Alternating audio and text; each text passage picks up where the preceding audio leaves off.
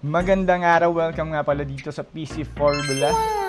Today meron tayong gagawing isang AirPods Pro 2. So yung problem nitong AirPods Pro 2 na to, hindi siya na-detect or hindi siya kumukonect sa iPhone or sa anumang Apple gadget.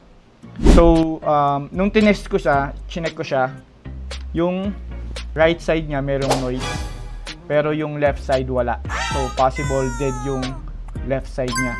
So usually kasi kapag dead yung buds ng isang AirPods sa mga Pro, hindi siya mag-detect or hindi mo siya ma-reset or hindi mo siya mako-connect sa mga iPhone.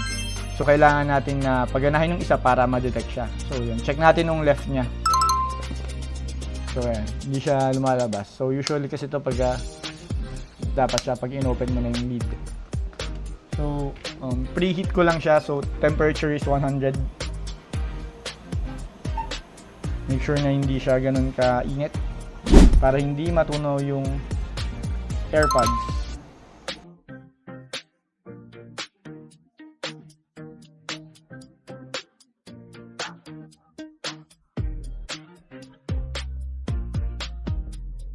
Guys, dito pala sa PC Formula, makikita nyo yung mga post namin. Kahit anong laptop, kahit anong brand, gumagawa kami. Pero mostly Apple yung nagagawa namin. Pero kahit ano naman, mga gaming laptops, kahit anong brand, kahit anong sira din, free yung diagnostic namin. Nag-offer din kami ng 10% student discount, tsaka educators discount. Kung kailangan nyo magpagawa, tas tight yung budget nyo yun, saktong-sakto. Nag-test ako ng upper head. So hindi ko muna siya didikit. Check natin kung mag-detect na. So ayan. So usually talaga yung mga AirPods kailangan talagang gumagana siya parehas para ma-connect mo siya. Try natin i-connect.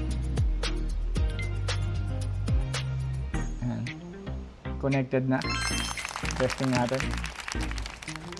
So, gumagana yung noise cancellation, gumagana. Check, mic test. Transparency yan. Okay din. Yung battery percentage kita. Kaya ako narinig niya. Okay lang. So, yan, okay na. Inform muna natin si client bago natin siya idikit kung mag-proceed siya. So, kapag may ipapagawa kayong mga gadgets sa amin, dalhin nyo lang dito sa PC Formula. Sa tapat lang kami ng Robinsons Magnolia.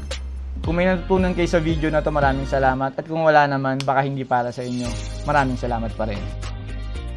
Your gadget shines so bright.